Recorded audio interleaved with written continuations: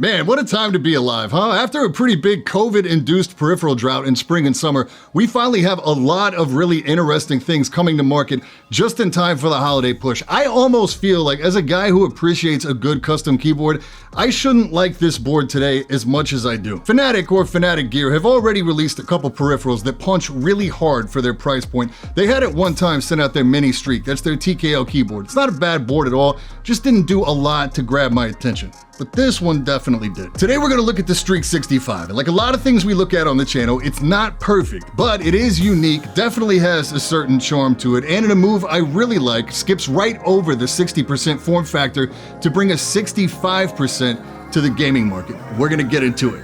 You ready? Let's go!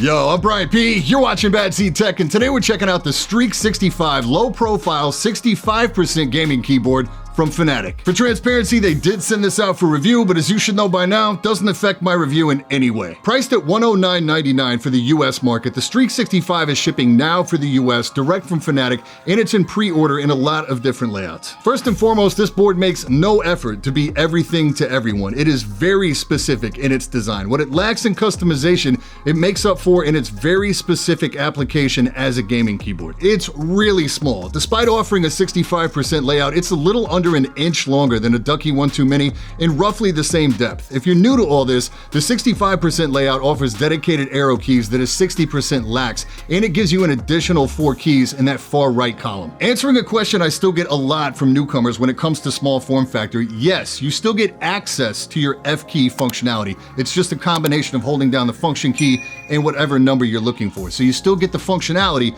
you just don't get the physical dedicated F row. Not only is this board very light at around 420 grams, but it's low profile as well. That's not just in the case, like not just that you have floating switches, but the switches themselves and the caps are also low profile. Straight away, this feels like a keyboard you can just toss in a felt carry bag and take with you anywhere. On the desk, there's no rock or wobble of any sort. The case appears to have an aluminum upper, plastic lower, rounded edges, minimal bezels that honestly still kind of feel a little large for the overall design of the board. The sole indicator LED you get is actually on the caps lock key itself. Connection here is a right side USB-C, far away from your mouse pad. The included cable is generic, rubberized, nothing noteworthy. You've got Fnatic branding both stamped on the forehead of the board and in the shine through on the spacebar. Also in the shine through plate on the front that at first felt a little janky until I realized it was held on with magnets. I'm assuming this opens the door to some sort of customization, though you can't see it obviously when you're using the keyboard. We also have Streak branding on the side, this cool gradient pattern, and 2 flip down feet on the bottom for single height adjust, and the entire lower of these feet are rubber. For being such a small, light board, this thing does not move around on the desk at all. Let's talk about these switches because this is the first time I've seen the new Kailh Choc V2s in the wild. Custom colorway here on the stem and the Fnatic orange. The most obvious change here being that they now have MX compatible stems instead of the old design. Really tight tolerances here. No stem rotation like we saw on those round cherry low pros. Shine through top. You can see the inner workings of the contact leaf in there. These aren't linear. Fairly quiet as well, even though there doesn't appear to be any dampeners of any kind. Spring weight is not stated. Kailh spec says 55 grams. Maybe. Feels a touch heavier to me. Fnatic states a 3.2 millimeter total travel with a 1.0 millimeter actuation. Now the Kailh spec sheet for the Choc V2 states a 1.2 millimeter actuation.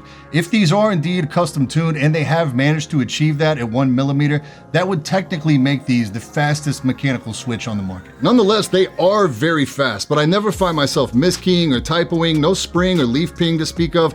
I'm actually really impressed with these. Very pleasantly surprised. In-game, unsurprisingly, they play very well. Now, because no design can be perfect for some reason, we do have painted ABS keycaps here, which do have a tendency to show oil and fingerprints more than a PBT option. It's arguably more forgivable here than something like the Mountain because of the price point and because of the half-height nature of the board. Admittedly, you see similar quality and design on Logitech's flagship G915 boards and something similar on the Rokat Titan boards. It provides a pretty sick look, if I'm being honest, with the RGB in there and all the orange stems. Really nice. The RGB from the top-down view is strong, but still has that subdued effect due to the black background, so a lot of the effect comes from the light bouncing off the sides of the keycaps, not necessarily from the backplate. You guys have seen this board on my desk for like 2 or 3 weeks now, and despite testing this thing, I did not notice this little detail until I sat down to shoot B-roll. Something about this top row of keys here if you look all the way across them, they don't sit 100% flush and true. And a lot of that comes in this area around the nameplate right here, where the switches are seated to the point where they're functional, but they're not seated 100% like they are in other areas of the board. It's so minor that it's even difficult to catch on camera. A lot of people would never even have noticed this. It's just disappointing because it kind of sucked the wind out of what would otherwise have been a very positive review. In terms of switching out these keycaps for others, there are a couple challenges there. Number one, it's obviously a 65%, so you do have that smaller right shift key and that far right column, but you also have the profile to consider with the low profile switches. SA and GMK, even XDA or flatter profiles will all work in that you can still trigger the switch, but some of the rows will bottom out on the case and affect the overall sound of the board, which would be a shame because it's honestly pretty good stock. And a lot of that not only comes from the switches, the caps, and the case, but the stabilizers here are also very good. You can tell Fnatic's been listening. I like that.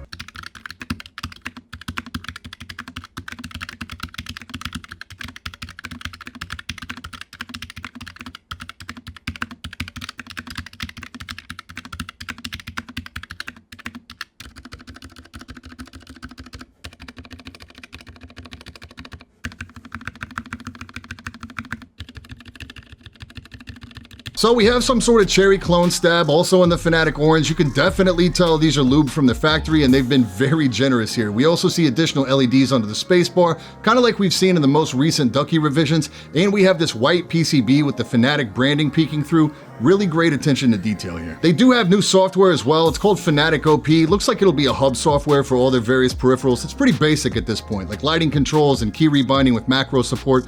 They've set the far right column up for macros by default. It's an interesting solution for a column that's widely underutilized by gamers, but the big argument I have here is that you really don't want to take your hand off WASD or off your mouse to activate macros while you're in game. You can't save all your settings to one of 5 different profiles on the board as well to travel with you. There's no layer customization, and like a lot of small form factors, you have secondary commands that are used in combination with the function key, and they're all printed on the front of the caps. Some of the placement decisions are curious, but I personally don't think the secondary legends take anything away from the aesthetic of the board. I mean, honestly, this board really surprised me. It's really portable, it's really compact, it feels good, sounds good, great 65% layout, great attention to detail, great switches, great job, Fnatic, on the design. I'm honestly really impressed with that aspect of it. The QC issue is potentially problematic if it's widespread. I don't feel like you should have issues like this at $110, but it is so slight that I easily could have missed it. Outside of that, the only real knock for this board is the ABS caps. In fairness, it's not like there's a big market out there for replacement low-profile PBT caps. Yet, Fnatic would be very wise to bring some accessory sets to market as fast as they can. At $109.99, there's a ton of competition out there in the general market. The thing is,